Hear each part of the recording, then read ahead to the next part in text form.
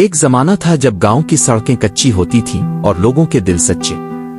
انہی دنوں میں ایک خاموش گاؤں میں ایک بزرگ بابا قدیر اپنے 3 بیٹوں کے ساتھ رہا کرتا تھا۔ بابا قدیر گاؤں کی قدیم آٹے کی چکی کا مالک تھا۔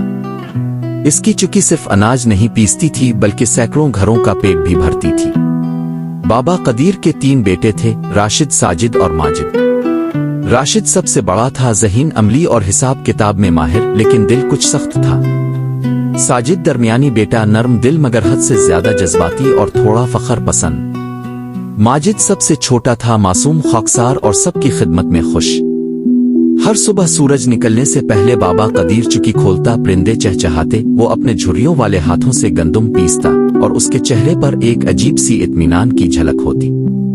ماجد اکثر اس کا ہاتھ بٹاتا تھا، صفائی کرتا، دانا سمیٹتا۔ راشد چپ چاپ گزر جاتا اور ساجد شہر کی باتوں میں مگن رہتا۔ ایک رات کھانے کی میز پر بابا قدیر نے سب بیٹوں کو دیکھا۔ فاطمہ، اس کی بیوی، محسوس کر چکی تھی کہ اس کے شوہر کے دل میں کچھ بوجھ ہے۔ کیا بات ہے؟ دل پر کیا لے رکھا ہے؟ اس نے پوچھا۔ بابا خاموش رہا، صرف مسکرا کر کہا، وقت بتائے گا۔ پرانی یادیں اور آزمائش کا آغاز۔ اس رات بابا قدیر کو نیند نہ آئی۔ وہ پرانے دنوں کو یاد کرتا رہا۔ جب اس نے چکی بنائی تھی پہلی بار، گندم، پیسہ، بیوی کی دعائیں، گاؤں کے بچوں کی ہنسی۔ وہ مسجد گیا، ایک بوری آٹا چپکے سے عطیہ کر آیا۔ امام نے کہا، بابا قدیر کی چکی سے جتنے پیٹ بھرے شاید حساب نہ ہو سکے۔ آخرکار بابا نے تینوں بیٹوں کو بلایا اور کہا، اب میں کمزور ہو چکا ہوں، اب تم تینوں باری باری چکی سنبھالو گے، ہر ایک کو 30 دن ملیں گے، آخر میں فیصلہ کروں گا کہ یہ وراثت کس کو ملنی چاہیے۔ راشد نے چکی کو کاروبار کی نظر سے دیکھا۔ اس نے نئے اوزار لگوائے، ملازمین رکھے، غریبوں کو دروازے سے لٹا دیا، صرف منافع پر نظر رکھی۔ چکی منافع دینے لگی مگر گاؤں کے دل الفاجرنے لگے۔ راشد بابا کو حساب دکھاتا اور بابا خاموش سر ہلا دیتا۔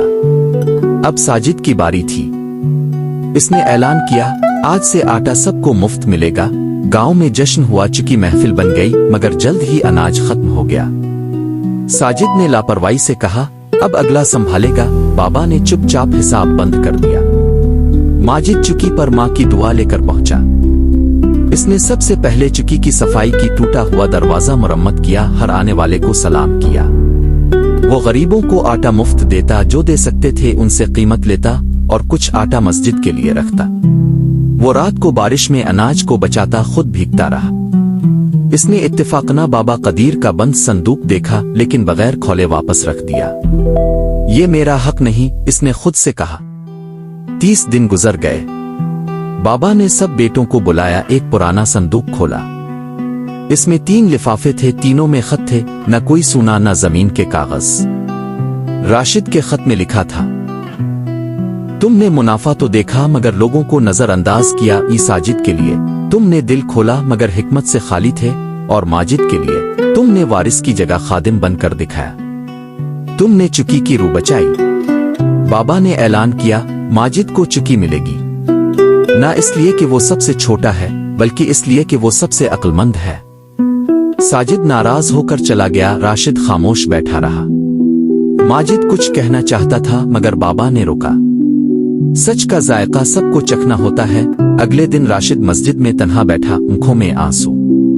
اسے یاد آیا باپ کا صبر، چکی کی خاموشی اور وہ انمول۔ ماں سے جھگڑتے ہوئے ساجد چیخا، میں تو صرف سخاوت کر رہا تھا۔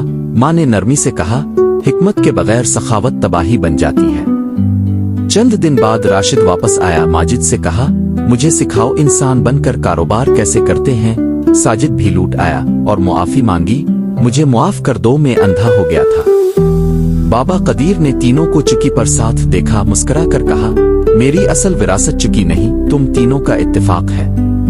چند مہینے بعد چکی کا نیا بورڈ لگا، قدیر اینڈ سنس، روٹی رشتہ روایت۔ گاؤں کے بچوں کے لیے ماجد نے اسکالرشپ شروع کی، ساجد نے کھانے کی اسکیم اور راشد نے خیرات کو حساب میں شامل کیا۔ ایک رات بابا خاموشی سے دنیا سے رخصت ہوا۔ اس کے بیٹے اس کے ارد گرد تھے۔ امام نے جنازے پر کہا، عادل انسان کبھی مرتا نہیں، وہ اپنی وراثت میں زندہ رہتا ہے۔